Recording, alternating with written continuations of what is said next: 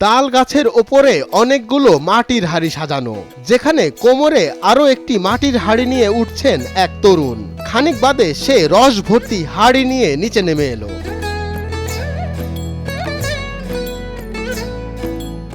মাটির হাড়ি থেকে ছাঁকনির সাহায্যে ঢালা হচ্ছে রস। সেই রস তৃপ্তি সহকারে পান করছেন রস পিপাসুরা। এমন দৃশ্য সচরাচর চোখে না পড়লেও তালের সিজন এলেই এমন কিছুরই চোখে পড়ে গ্রামাঞ্চলে। তাই তো দূর দূরান্ত থেকে অনেকেই এই রস খেতে ছুটে আসেন। তো আমি কখনো তালের রস খাই নাই, শুধু মানুষের মুখে শুনে এখানে আসছি। তো আসলে খুব ভালো লাগছে। সিজন এলেই পুরুষ তাল গাছ থেকে এক ধরনের বিশেষ ডাটা বের হয়। সেই ডাটার মাথা কেটে মাটির টিলা ঝুলিয়ে রাখা হয় গাছে, আর তাতেই একটু একটু করে মিষ্টি তালের রস জমা হয়। একজন দুজনকে খাতে খাতে খাবার আমার অভ্যাস হয়ে গেছে, মানে খুব সুস্বাদ। সকালে খায়, ভালো লাগে। এর দিনে প্রচুর পরিমাণ আমরা 5-7 থেকে 8-10টা লোক গাছ লাগাই এখানে। আমরা রস প্রচুর পরিমাণ বিক্রি করি।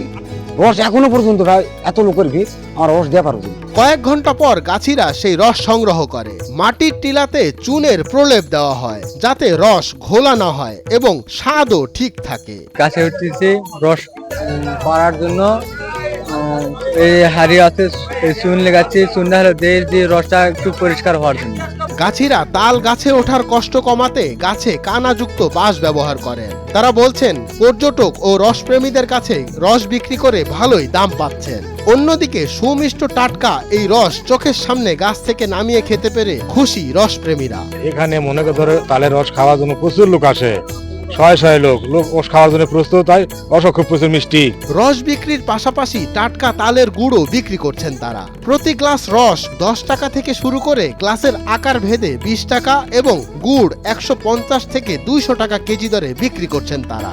10-20 গুড় 200 টাকা বিক্রি করছে আগে, এখন 150 টাকা। এমন দৃশ্য দেখা যায় জয়পুর হাটের খেতলাল উপজেলার ভাসিলা মোড় ও মাহমুদপুর ইউনিয়নের আশরাঙ্গা দিঘির অববাহিকায়, যেখানে রয়েছে 100-রও বেশি তাল গাছ।